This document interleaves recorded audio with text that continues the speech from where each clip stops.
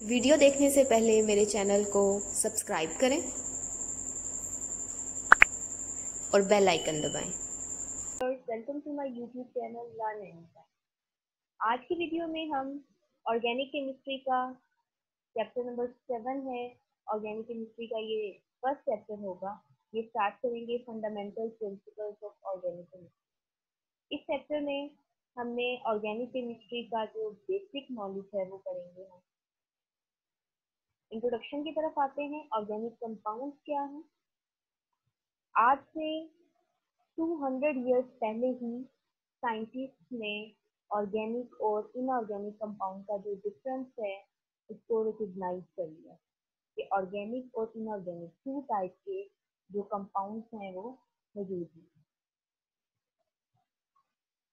Organic compounds को उस वक्त किस तरह से इनऑर्गेनिक कंपाउंड से डिफरेंशिएट किया जाता था, तब ये समझा जाता था कि जो ऑर्गेनिक कंपाउंड्स हैं वो ऐसे कंपाउंड्स हैं जिन्हें हम सिर्फ और सिर्फ लिविंग थिंग्स से ही हासिल कर सकते हैं, जैसा कि प्लांट्स और एनिमल्स।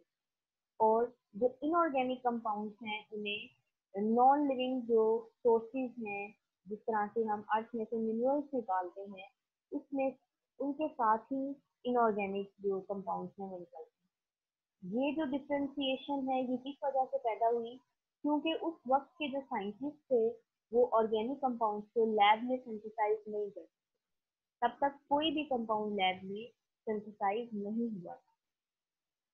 उसकी रीजन जो है वो साइंटिस्ट क्या बताते थे कि ऑर्गेनिक कंपाउंड्स को बनाने के लिए एक स्पेशल फोर्स की जरूरत होती है जो कि नेचर में ही नहीं। उस फोर्स को वाइटल फोर्स कहते हैं। और यही जो कॉन्सेप्ट है वो वाइटल फोर्स थ्योरी की बुनियाद है। वाइटल फोर्स थ्योरी को हम किस तरह से डिफाइन करते हैं। Organic compounds could be manufactured by or within living things, and these compounds could never be synthesized from inorganic materials. This theory was referred to as vital force theory. तो मैंने book की line को यहाँ से underline किया। इस theory को reject किसने किया था? इस थ्योरी को रिजेक्ट किया था फ्रेडरिक वोलर ने। किस तरह से? उसने फर्स्ट टाइम लैब में ऑर्गेनिक कंपाउंड सिंथेसाइज किया। ऑर्गेनिक कंपाउंड कौन सा था? यूरिया। यूरिया का फॉर्मूला हम लिखते हैं NH2 twice CO। अगर हम इसका स्ट्रक्चर देखें तो ये है C डबल बॉन्ड O, जिसके साथ 2 अमाइनो ग्रुप अटैच। ये यूरिया है। यूरिया नेचुरली जो है वो मैमल्स में प्रोड्यूस होता है, मैमल के यूरिन में होता है। अब ह्यूमंस में भी जो नाइट्रोजनस वेस्ट को बॉडी में से एक्सक्रीट करने के लिए जो फॉर्म है वो यूरिया ही। यूरिया को उसने बनाया था फ्रॉम अमोनियम साइनेट, जो कि एक इनऑर्गेनिक कंपाउंड। इनऑर्गेनिक कंपाउंड से उसने ऑर्गेनिक कंपाउंड बना दिया। ये इसकी इक्वेशन है। अमोनियम साइनाइड कन्वर्ट हो जाता है इनटू यूरिया।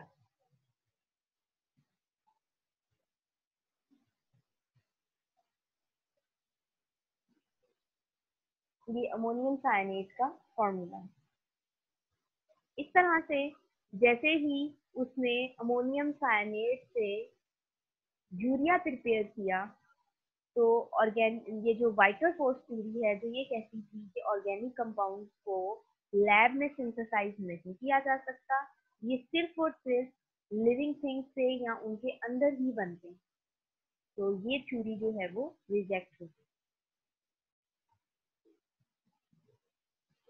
नेक्स्ट हम आते हैं डेफिनेशन ऑफ ऑर्गेनिक केमिस्ट्री की तरफ। ऑर्गेनिक केमिस्ट्री को किस तरह से फिर डिफाइन किया। जैसे ही ऑर्गेनिक कंपाउंड जो हैं वो लैब में प्रिपेयर हुए, उसके बाद मिलियंस ऑफ ऑर्गेनिक कंपाउंड्स जो है वो बनना शुरू हो गए थे फ्रॉम इनऑर्गेनिक मटेरियल। अब भी मिलियंस की तादाद में जो है वो ऑर्गेनिक कंपाउंड मौजूद है। ऑर्गेनिक कंपाउंड जो हैं वो किस तरह से यूज होते हैं, इसकी एक मैं आपको एग्जांपल देती हूँ कि जैसे कि हम फ्रूट्स खाते हैं, उनके अंदर जो हमें टेस्ट आता है वो स्पेसिफिक एक ऑर्गेनिक कंपाउंड की वजह से। अब लैब में उसी कंपाउंड को प्रिपेयर कर लिया जाता है, और जितने भी हम ये कैंडीज और आइसक्रीम वगैरह खाते हैं उनके अंदर उसी को एज आर्टिफिशियल फ्लेवर जो है वो ऐड करते हैं। वो जो नेचुरल कंपाउंड है उससे वैसा ही कंपाउंड होता है, इसीलिए वो उसी फूड का जो है वो टेस्ट, वो सिंथेटिक जो है वो ऑर्गेनिक कंपाउंड के अंदर जो मेन एलिमेंट है वो कार्बन होता है। कार्बन के अलावा इसके अंदर हाइड्रोजन मौजूद है। कार्बन और हाइड्रोजन के अलावा दूसरे एलिमेंट्स हैं जो इसके अंदर मौजूद हो सकते हैं। मेन जो इसमें है वो कार्बन और हाइड्रोजन कंपल्सरी है। इसके अलावा इसमें ऑक्सीजन हो सकता है, सल्फर हो सकता है, नाइट्रोजन हो सकता है, या फिर हेलोजन हो। हेलोजेंस में फ्लोरीन, क्लोरीन, ब्रोमीन और आयोडीन ये आता है। ऑर्गेनिक कंपाउंड्स की अगर हम स्टार्ट में ये डेफिनेशन की जाती थी इनिशियल कि ऑर्गेनिक कंपाउंड वो हैं जिनमें कार्बन है, और इनऑर्गेनिक कंपाउंड उन्हें कहा जाता है जिसमें कार्बन नहीं है। लेकिन ये वाली जो डेफिनेशन है ये रिजेक्ट हो गई थी। इसकी क्या रीजन है? क्योंकि कुछ ऐसे भी कंपाउंड्स हैं जिनके अंदर कार्बन है, जैसा कि कार्बन मोनोऑक्साइड है, कार्बन डाइऑक्साइड है, कार्बोनेट्स हैं, ठीक है, सारे कार्बोनेट्स इसमें आ जाएंगे, और बाइकार्बोनेट। इनमें कार्बन तो मौजूद है लेकिन ये क्या है, इनऑर्गेनिक इन नेचर। इसलिए ऑर्गेनिक केमिस्ट्री को रीडिफाइन करना पड़ा, और इसकी अब मॉडर्न डेफिनेशन आ चुकी है। मॉडर्न डेफिनेशन क्या है, ये हाईलाइटेड है यहाँ पर। Organic chemistry is a branch of chemistry which deals with the study of compounds of carbon and hydrogen, जिन्हें हाइड्रोकार्बन कहा जाता है, एंड देयर डेरिवेटिव। डेरिवेटिव से मुराद क्या है कि हाइड्रोकार्बन से डिराइव्ड जितने भी कंपाउंड्स हैं वो सब के सब ऑर्गेनिक इन नेचर। इस तरह से हाइड्रोकार्बन और इससे डिराइव्ड जितने भी कंपाउंड्स हैं वो इंक्लूडेड है इन ऑर्गेनिक कंपाउंड। नेक्स्ट हम आते हैं ऑर्गेनिक कंपाउंड्स के फीचर्स की तरफ। ऑर्गेनिक कंपाउंड्स के स्पेसिफिक फीचर्स हैं जो इन्हें डिफरेंशिएट करते हैं फ्रॉम द इनऑर्गेनिक कंपाउंड्स। इसमें जो फर्स्ट फीचर आता है ऑर्गेनिक कंपाउंड्स का वो है peculiar nature of carbon. Peculiar हम कहते हैं डिफरेंट, या आप कह लें कि एनोमेलस नेचर है कार्बन की।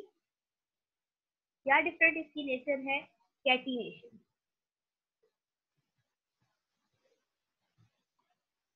कैटिनेशन को हम किस तरह से डिफाइन करते हैं?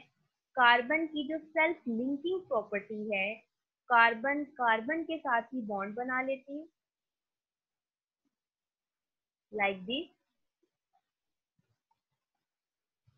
और इस तरह से बॉन्ड बनाते हुए कार्बन चेन भी बना देती है कार्बन की, और इसके अलावा कार्बन की रिंग्स भी बनती है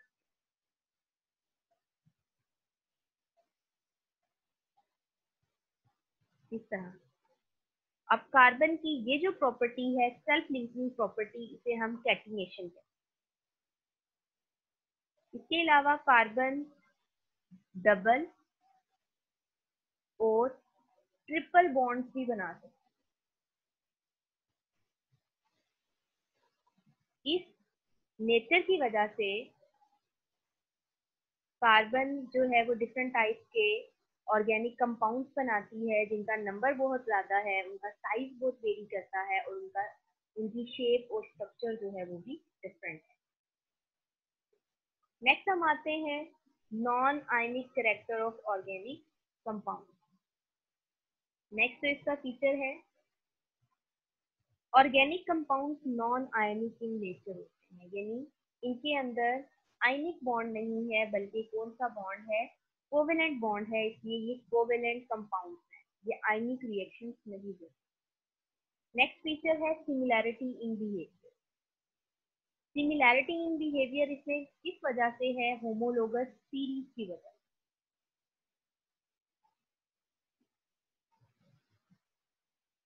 होमोलोगस सीरीज।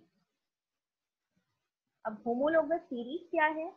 ऑर्गेनिक कंपाउंड्स में, जैसा कि हम एग्जांपल लेते हैं मीथेन, मीथेन एक एक कार्बन जो है वो चेंज हो रहा है, ऐड होता जा रहा है। प्रोपेन और ब्यूटेन, इन सब को हम नाम देते हैं अल्केन का। ठीक है, अल्केन में ये butane, pentane, hexane and so on, ये सब इंक्लूडेड होंगे अल्केन में। इन सबको हम एक ही कैटेगरी में अल्केन में क्यों रखते हैं? क्योंकि इन सब की प्रॉपर्टीज एक जैसी हैं। होमोलोगस सीरीज की वजह से जो मिलियंस ऑफ ऑर्गेनिक कंपाउंड्स हैं, उनका जो नॉलेज है वो सिर्फ कुछ होमोलोगस सीरीज के अंडर आ गया। इस चीज ने ऑर्गेनिक केमिस्ट्री को बहुत ज्यादा समराइज कर। इसी तरह से जिन कंपाउंड्स में डबल बॉन्ड है उन्हें हम अल्कीन का नाम देते हैं, जिसमें ट्रिपल बॉन्ड आ जाता है उसे हम अल्काइन का नाम देते हैं। इसी तरह से अल्कोहल्स हैं एंड सो ऑन। ठीक है, ये सब क्या है? होमोलोगस सीरीज है। इनके अंदर क्या होगा? सिर्फ कार्बन का नंबर चेंज होता जा रहा है। जैसे हम अल्कीन में एग्जांपल देते हैं, इथीन है, propene, butene, pentene and so on. Carbon एक एक नंबर ज्यादा होता जा रहा है, लेकिन इनके जो रिएक्शंस हैं, इनकी रिएक्टिविटी और इनकी रिएक्टिव नेचर जो है वो एक दूसरे से मिलती जुलती है, इसीलिए हम इसे होमोलोगस सीरीज का नाम। नेक्स्ट आता है complexity of organic compound. Organic compounds are very complex. इसको हम अंडरस्टैंड कर सकते हैं from an example of starch. Starch का जो फॉर्मूला है ये है। अब इसमें जो n है ये किसमें हो सकता है? थाउजेंड्स में हो सकता है। ये थाउजेंड्स में हो सकता है। इसे आप इमेजिन कर सकते हैं कि स्टार्च का जो स्ट्रक्चर है वो आपकी इस पूरी स्क्रीन के ऊपर भी पूरा नहीं आता। स्टार्च जो एक्चुअली एक पॉलीसेकेराइड है, जो कि उसके शुगर के यूनिट से मिलकर बना। प्रोटीन भी एक कॉम्प्लेक्स स्ट्रक्चर है। प्रोटीन भी एक पॉलीपेप्टाइड चेन है जिसमें डिफरेंट अमाइनो एसिड्स होते हैं। इस तरह से जो ऑर्गेनिक कंपाउंड्स हैं वो बहुत ज़्यादा कॉम्प्लेक्स इन स्ट्रक्चर होते हैं, और इनका जो मोलिकुलर मास है वो भी थाउजेंड्स में और मिलियंस में। नेक्स्ट आता है आइसोमेरिज्म। आइसोमेरिज्म का जो फिनोमिना है ये भी आपको ऑर्गेनिक कंपाउंड्स में ही मिलेगा। ऑर्गेनिक कंपाउंड्स में होता क्या है कि एक ही जो मॉलिक्यूलर फॉर्मूला है उसके एक से ज़्यादा स्ट्रक्चर्स जो हैं, पॉसिबल स्ट्रक्चर्स होते हैं, और वो स्ट्रक्चर्स एक दूसरे के आइसोमर्स हैं। इसमें आइसोमेरिज्म में हम एग्जांपल लेते हैं ब्यूटेन की। ब्यूटेन एक अल्केन है। कार्बन सिंपली इस स्टेट में भी हो सकती है, सिंपल चेन में, इसे हम कहेंगे एन ब्यूटेन। और कार्बन ब्रांच फॉर्म में भी हो सकता है, लाइक दिस।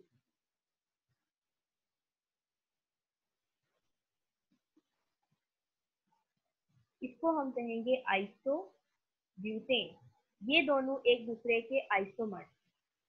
इन दोनों का जो मॉलिक्यूलर फॉर्मूला है वो C4H10 है। आप काउंट कर सकते हैं दोनों सेक्टर्स में 10 हाइड्रोजन, लेकिन इनका स्ट्रक्चरल फॉर्मूला जो है वो डिफरेंट। ये एक दूसरे के आइसोमर्स हैं, और ये जो फिनोमिना है दिस इज कॉल्ड आइसोमेरिज्म। ये फिनोमिना भी आपको सिर्फ ऑर्गेनिक कंपाउंड्स में ही मिलेगा।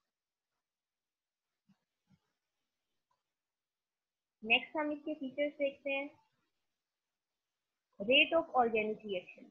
ऑर्गेनिक रिएक्शंस के जो रेट हैं वो बहुत स्लो होते हैं as compare to inorganic reactions, क्योंकि inorganic reactions sometimes ionic in nature होते हैं, लेकिन जो ऑर्गेनिक रिएक्शंस हैं ये कोवेलेंट इन नेचर होंगे, यानी इसमें कोवेलेंट बॉन्ड्स में ब्रेक होना है और न्यू कोवेलेंट बॉन्ड्स में बनना है, इनके रेट जो है वो स्लो होंगे।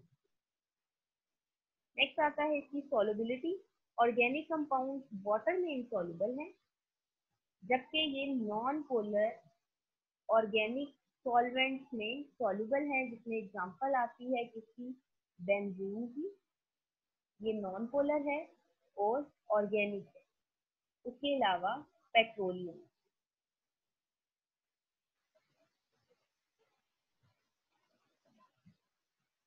ठीक है, आज हमने पढ़ा है ऑर्गेनिक कंपाउंड्स की हिस्ट्री, उसकी डेफिनेशन और ऑर्गेनिक कंपाउंड्स के प्रोमिनेंट फीचर्स। मैं उम्मीद करती हूँ आज की वीडियो से ये टॉपिक आपको अच्छे से अंडरस्टैंड हो गया होगा। इस तरह की मज़ीद वीडियोस देखने के लिए मेरे चैनल को सब्सक्राइब करना मत भूलिए। अल्लाह।